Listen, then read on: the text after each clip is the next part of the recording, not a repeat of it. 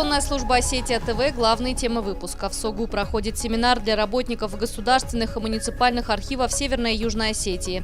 Эта лекция уже вторая в этом году. Обучение проходит для укрепления международных взаимоотношений между двумя государствами. В Национальном театре оперы и балета стартовал новый сезон. Впервые он открылся оперой Чайковского «Иоланта». С подмостков театра репортаж Яны Гагиевой. Лучшие борцы России, Европы и стран СНГ выявили сильнейших. Во Владикавказе завершился всероссийский турнир на призы двукратного олимпийского чемпиона Сослана Андиева. Эти и другие темы далее подробно.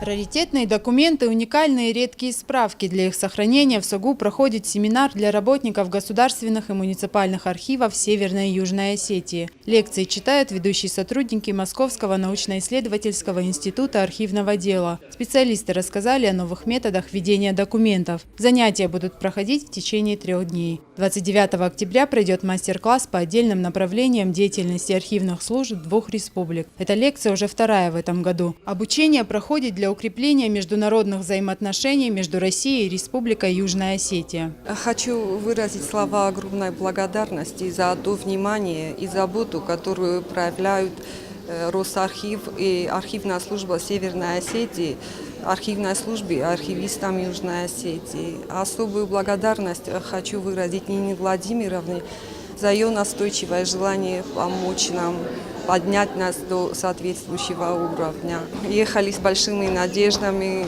что узнаем что-то новое на данном семинаре. И огромное всем спасибо.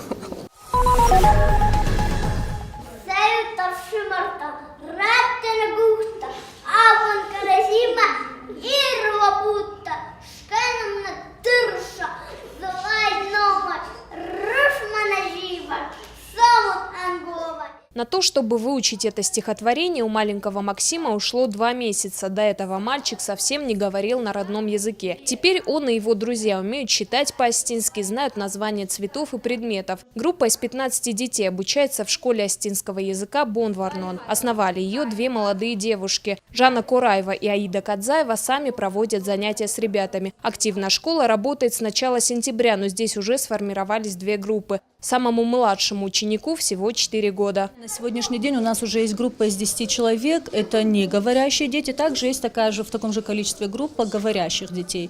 Обучение проходит в игровой форме, с неговорящими в основном.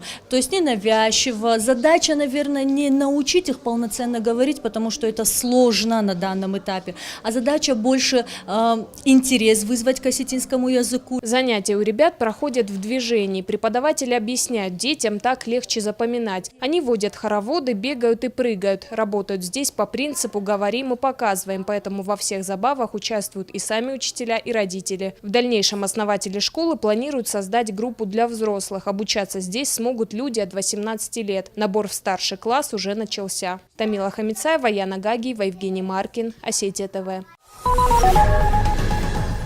В Национальном театре оперы и балета стартовал новый сезон. Впервые он открылся оперой Чайковского «Иоланта». Выбор во многом вынужденный, говорит директор театра Анатолий Галауов. Сейчас многие солисты болеют, планы пришлось менять. Принято на театре открывать сезон большими масштабными полотнами. Как известно, этот спектакль у нас в одном действии, без антракта. Он идет где-то 1:40 минут. Но не умаляет достоинства этой оперы. Я считаю, что опера «Иоланта» Петра Ильича Чайковского – это гениальное произведение. Потрясающая божественная музыка. Вот уже который год тесное сотрудничество 2 оперных театров – Мариинского и Национального Остинского – радует зрителей высоким профессионализмом и актерской игрой. Солистка Мариинки Ангелина Бычкова впервые во Владикавказе. Она в главной роли Иоланты. Ее возлюбленного играет Виталий Дудкин, заслуженный артист Северной Осетии. Этот лирический персонаж достаточно сложен в техническом исполнении, потому что там есть определенные проблемы для оперного певца. И нужна очень много сил и подготовки, чтобы его исполнить. И письмо Чайковского предполагает собой большую драматургию, осознание этого образа и в музыке, и в тексте, и очень важно преподнести его правильно. Лирическая трагедия о любви с первого взгляда на несколько часов повергла зрителей в благоговейное молчание. И даже те, кто видел оперу не впервые, с интересом наблюдали за развитием сюжета. Премьеру оперы «Иоланта» полным составом смотрели и военнослужащие одной из владикавказских частей. Многие из них на опере впервые, но высокое искусство каждому явно по душе. Я хотел просто отдохнуть отчасти. Недавно были на полевом выходе. Все надоела эта атмосфера, хотелось бы выйти из части за забор. Этот сезон обещает быть интересным. Совсем скоро зрители смогут увидеть как классические «Кармен» и «Трубадур», так и неожиданные для оперного театра постановки. Какие именно, режиссер театра пока не говорит, сохраняет интригу. Но обещает, этот год порадует всех зрителей, даже самых маленьких. Яна Гайгиева, Наталья Алексеева, Ацамаз Шипшев, Осетия ТВ.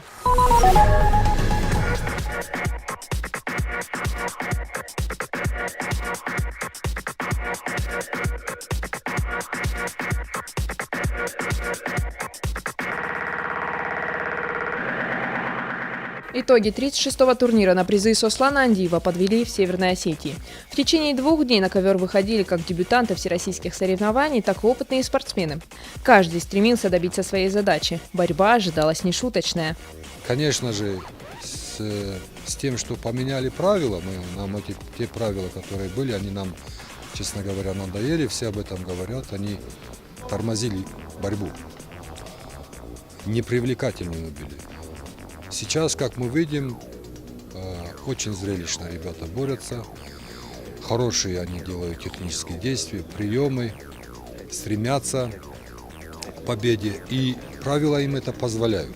Раньше правила не позволяли это. Медальный прогноз тренерского штаба сборной Северной Осетии был самый оптимистичный. Наши борцы претендовали на высшие награды в каждой из 8 весовых категорий. Но уже в первый день североостинские вольники выбыли из борьбы за награды в категории до 57 килограммов. В этом весе победил Гарик Барсигян. Много лет он живет и тренируется во Владикавказе, но выступает за Армению. Реабилитироваться нашей команде удалось в категории до 61 килограмма. Ацамаз Конеев завоевал золото. Также копилку сборной Северной Осетии бронзовыми медалями пополнили Урзбек Цумартов, Эльбрус Балатаев и Артур Биченов. Трудно на этих соревнованиях на кого-то рассчитывать, если нет лидера.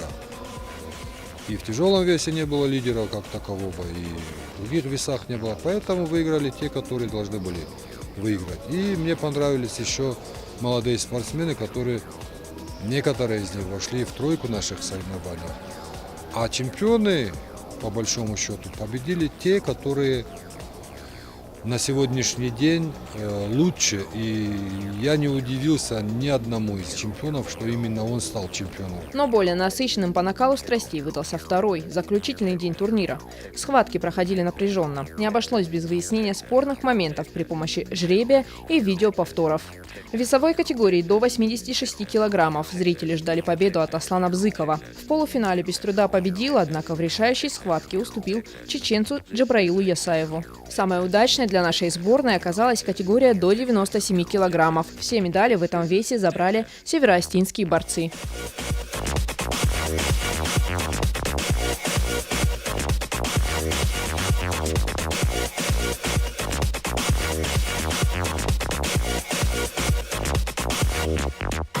Наибольший интерес вызывала весовая категория свыше 125 килограммов, в которой блистал и сам Сослан Андиев. И в финале, и в поединке за 3-е место претендентами на награды стали воспитанники Североостинской школы борьбы. В решающей схватке на ковер вышли 2 остинских богатыря – Алан Хугаев и Сослан Гаглоев, выступающие за Словакию. В своих действиях Гаглоев старался быть убедительным и в результате стал победителем турнира по сумме 2 периодов. Битва 2 остинских тяжеловесов стала кульминацией 2-дневного борцовского марафона. В прошлом году был 2-й, до этого 3-й. Огромная мотивация была, чтобы встать наконец-то на первое место пьедестала. Огромный перерыв я сделал, вы в курсе. И мне очень сложно было начать, заново войти в форму. И Бог даст, я потихоньку прибавляю. Турнир в очередной раз не только показал силу и мастерство вольников со всего мира, но и стал ярким примером спортивной дружбы. В отличие от многих других первенств, здесь всегда царит атмосфера доброжелательности и выдержки, а отношения выясняются исключительно на ковре, и даже спорные моменты не вызывают негатива. Земфира Лулаева, Тимур Мазаев, Алан Гасанов, Осетия ТВ.